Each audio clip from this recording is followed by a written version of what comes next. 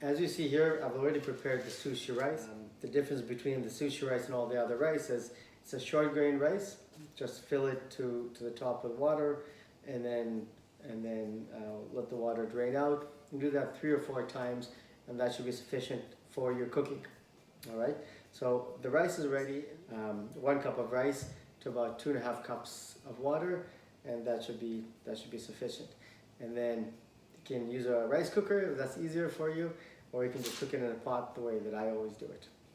You want to take it off the stove top quite quickly. You want to overcook. Overcooked sushi rice is really undelicious and it's mushy. So here we have, so we'll take a small pot, and so this is about 4 cups of rice. And for this amount of rice, I usually use 100 milliliters of vinegar, about half of that of sugar, and about 1/2 teaspoon of salt. Now, if you don't have rice vinegar, or you don't have enough rice vinegar to make the amount that you need, you can either substitute the rice vinegar completely with the apple cider vinegar. I've done that before and it works out just great. You don't get that apple flavor like you might think, but it is a great substitute for the rice vinegar. Okay, so if you have both, you can put some rice vinegar and then supplement it with the apple cider vinegar. All right, so let's get started. Let's get a measuring cup. We'll measure out liters. Add that in, and about half of that we're going to do for sugar.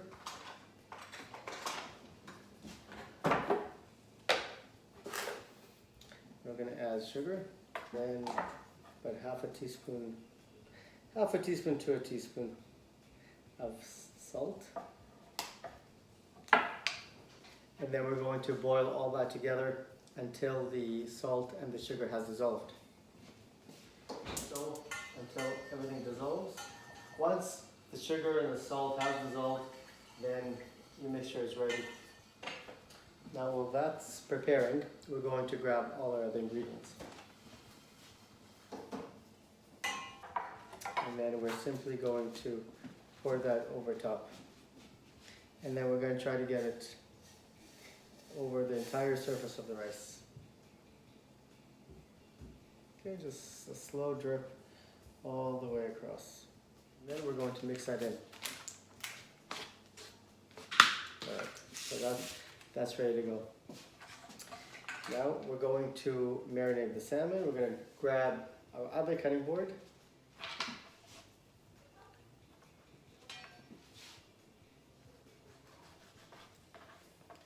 I learned how to make sushi many years ago from the sushi chef.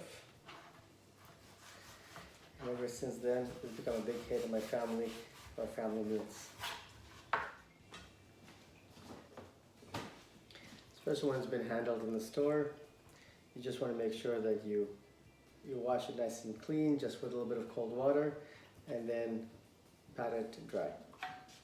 And then you want to cut it into manageable pieces, because this is going to be rolled into your sushi. You can imagine that the diameter of the sushi is going to be quite small, so it's not a good idea to fit in very large pieces, otherwise it'll be hard for you to roll that sushi. So you always have to think about the end result.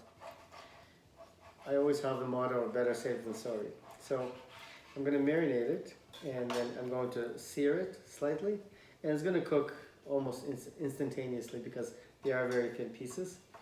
And then that's going to be my filling. Okay, so that's ready to go. Now we move on to the preparation of the fillings. So now we have the salmon. We're going to create the marinade for the salmon.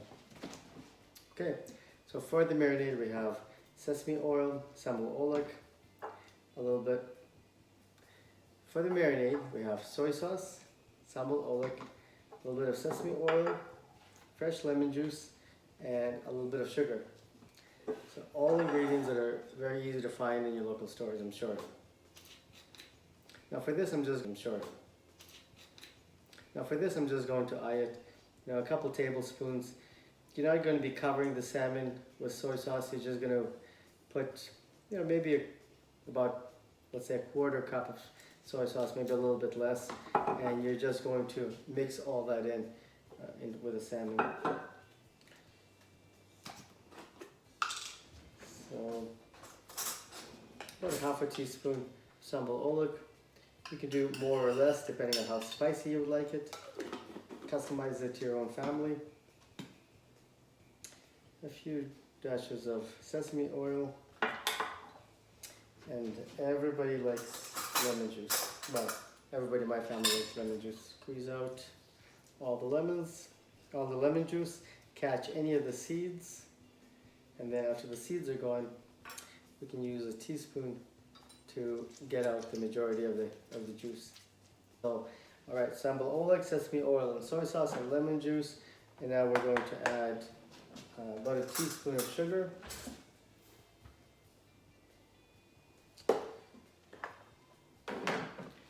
Mix all that up together.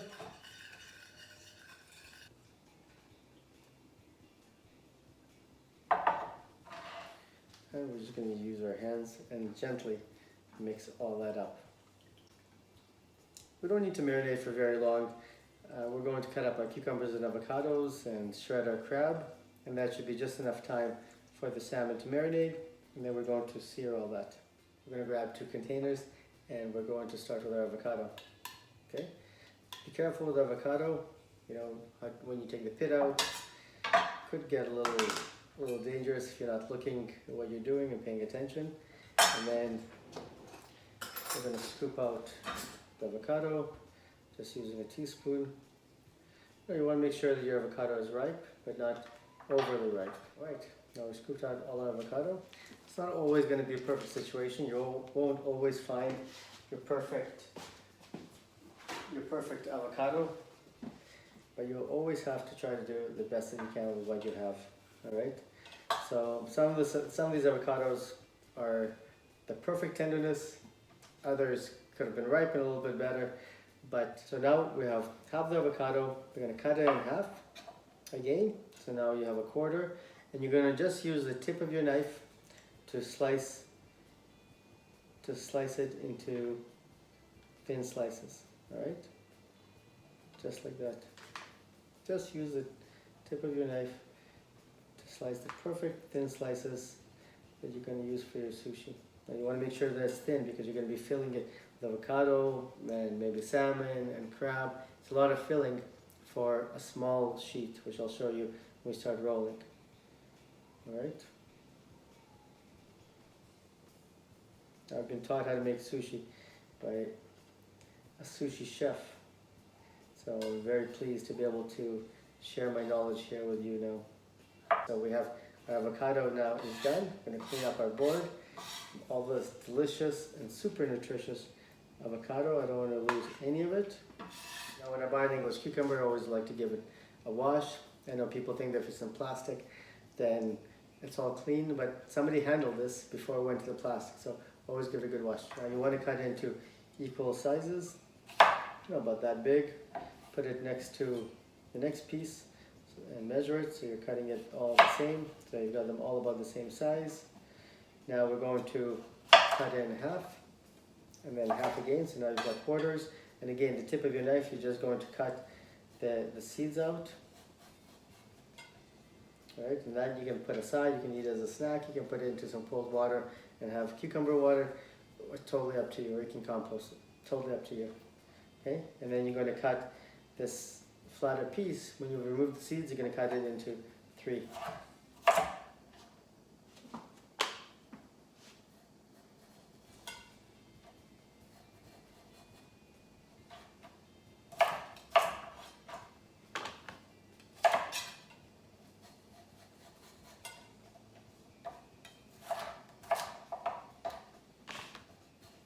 Some of the habits that I've developed over the last couple of years is eating much better.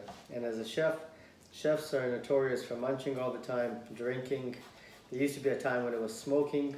Not really sure if that's too much of the case now. But bad habits turn into bad health. All right, so I'm just going to shred this with my hands. It shreds super, super easily. Okay. Easier to roll when it's shredded rather than putting big chunks. And then just put your knife in the middle. Okay, just like that. Okay. So I seared that literally for just a few seconds. I put in some avocado oil, a couple tablespoons. Make sure that the pan doesn't stick. Otherwise the salmon piece is so thin they can break apart. And I didn't cook it through completely because it would be super hard to take it out of the pan. It would fall apart. Now for the bamboo mat, you have to lay out a long piece of plastic wrap.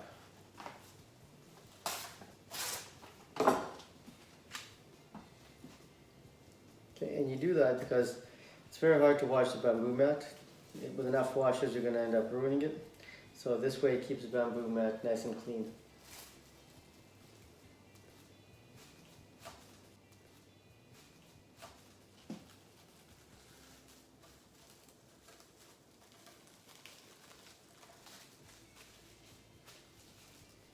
Okay, and you can do a second piece.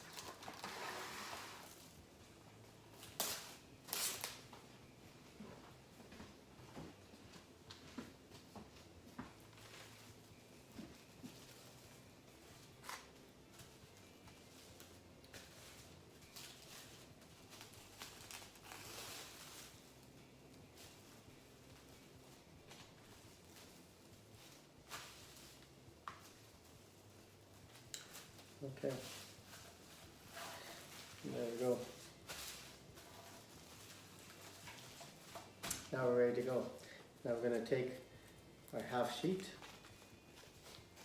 Now if you're doing a roll where you want the nori sheet to be seen, then you want to do the shiny side down, put the rice on the rough side, because this is going to be the presentation side. If you're doing a roll with the rice on the outside, doesn't really matter which side the nori is being used. Okay, so we're going to start with making a couple just cucumber rolls. So we want the shiny side on the outside, so the shiny side down. We're going to wet our fingertips. We're going to grab a small handful of rice.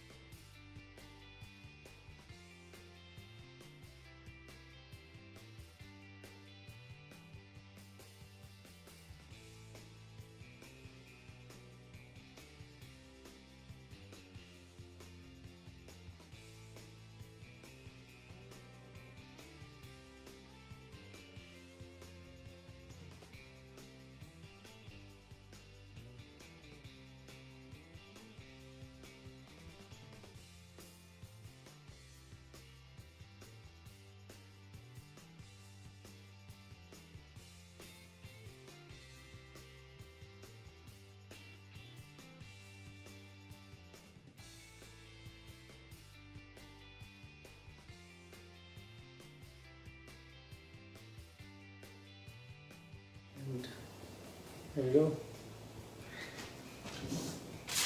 Now we're going to do a salmon sushi with the rice on the outside.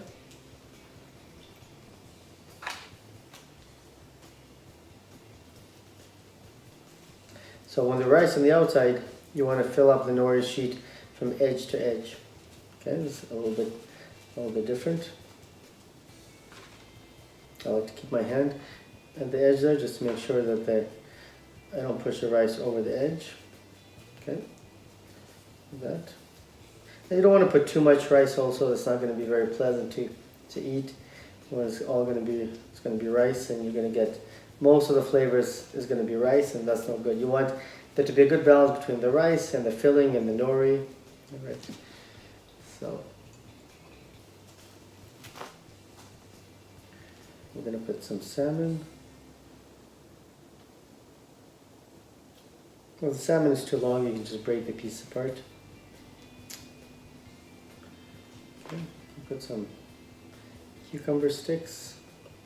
It's almost like California roll, but instead of crab, you're going to use the salmon. And then a couple slices of avocado. And then we're going to roll that all together. Now you're gonna roll, make the first flip, the bamboo, so you can see a small strip of nori at the top. And then you're going to push that in. And then you do another flip.